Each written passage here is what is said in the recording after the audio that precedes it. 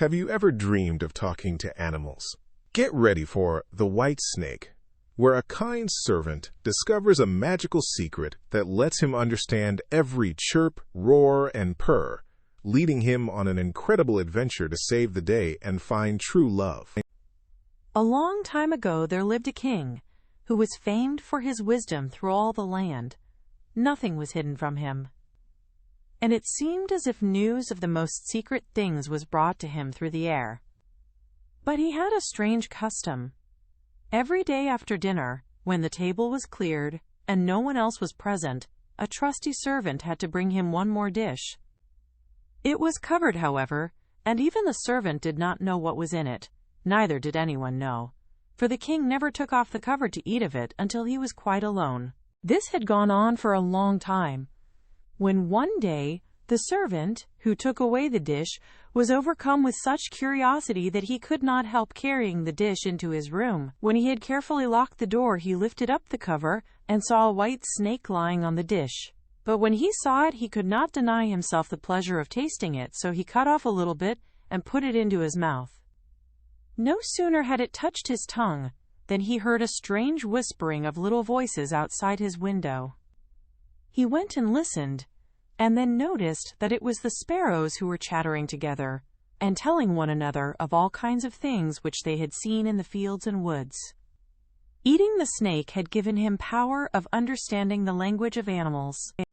Now it so happened that on this very day the queen lost her most beautiful ring, and suspicion of having stolen it fell upon this trusty servant, who was allowed to go everywhere. The king ordered the man to be brought before him, and threatened with angry words that unless he could before the morrow point out the thief, he himself should be looked upon as guilty and executed. In vain he declared his innocence. He was dismissed with no better answer. In his trouble and fear he went down into the courtyard and took thought how to help himself out of his trouble. Now some ducks were sitting together quietly by a brook and taking their rest, and, whilst they were making their feathers smooth with their bills, they were having a confidential conversation together. The servant stood by and listened. They were telling one another of all the places where they had been waddling about all the morning, and what good food they had found, and one said in a pitiful tone, "Something lies heavy on my stomach.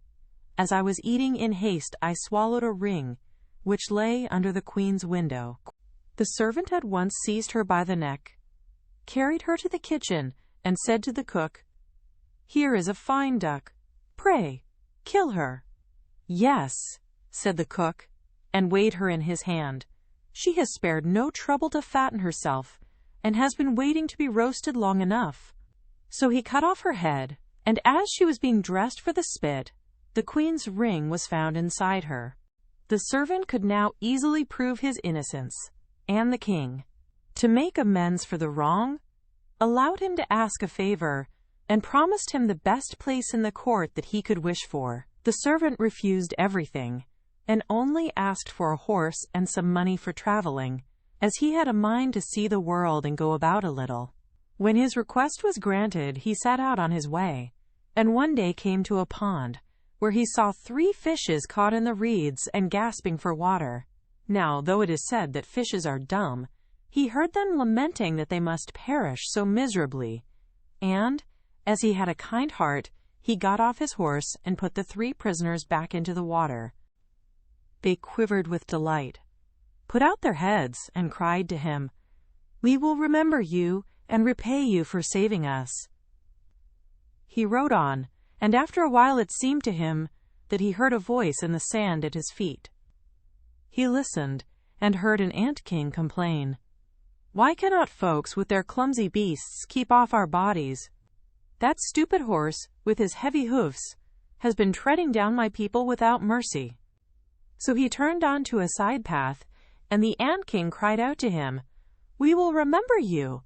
One good turn deserves another." The path led him into a wood, and here he saw 2 old ravens standing by their nest and throwing out their young ones. "Out with you, you idle, good-for-nothing creatures!" cried they. "We cannot find food for you any longer. You are big enough, and can provide for yourselves." But the poor young ravens lay upon the ground, flapping their wings, and crying, "Oh, what helpless chicks we are! We must shift for ourselves, and yet we cannot fly. What can we do but lie here and starve?" So the good young fellow alighted and killed his horse with his sword, and gave it to them for food. Then they came hopping up to it, satisfied their hunger, and cried, "We will remember you. One good turn deserves another." And now he had to use his own legs, and when he had walked a long way, he came to a large city. There was a great noise and crowd in the streets, and a man rode up on horseback, crying aloud, "The king's daughter wants a husband, but whoever sues for her hand must perform a hard task, and if he does not succeed, he will forfeit his life." Many had already made the attempt, but in vain. Nevertheless, when the youth saw the king's daughter, he was so overcome by her great beauty that he forgot all danger, went before the king, and declared himself a suitor. So he was led out to the sea, and a gold ring was thrown into it, in his sight. Then the king ordered him to fetch this ring up from the bottom of the sea, and added, "If you come up again without it, you will be thrown in again and again until you perish amid the waves." All the people grieved for the handsome youth. Then they went away, leaving him alone by the sea. He stood on the shore and considered what he should do, when suddenly he saw 3 fishes come swimming towards him, and they were the very fishes whose lives he had saved. The one in the middle held a mussel in its mouth, which it laid on the shore at the youth's feet, and when he had taken it up and opened it, there lay the gold ring in the shell.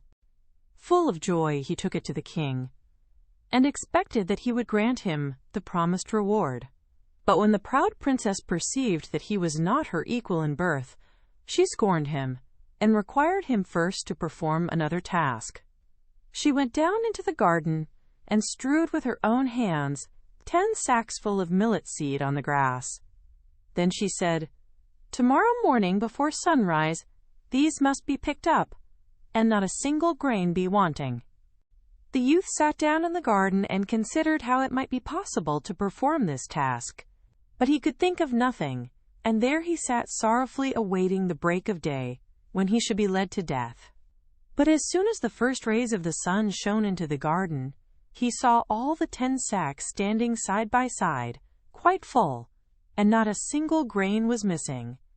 The ant king had come in the night with thousands and thousands of ants, and the grateful creatures had by great industry picked up all the millet seed, and gathered them into the sacks. Presently the king's daughter herself came down into the garden, and was amazed to see that the young man had done the task she had given him. But she could not yet conquer her proud heart, and said, "Although he has performed both the tasks, he shall not be my husband until he has brought me an apple from the tree of life."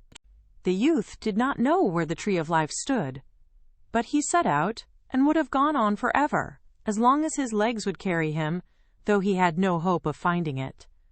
After he had wandered through 3 kingdoms, he came one evening to a wood, and lay down under a tree to sleep.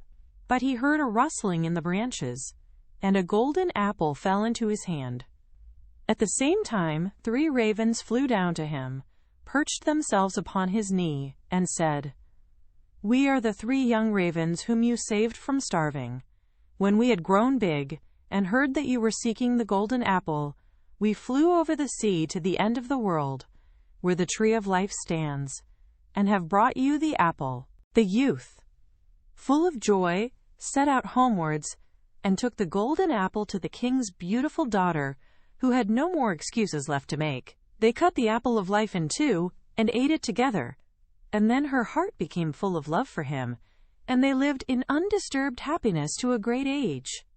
This story teaches us that kindness and a generous heart are valuable treasures.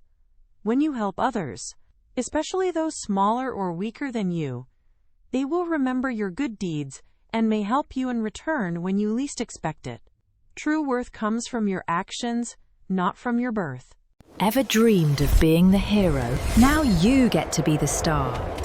Your adventure starts at TalesMio. Visit talesmio.com now.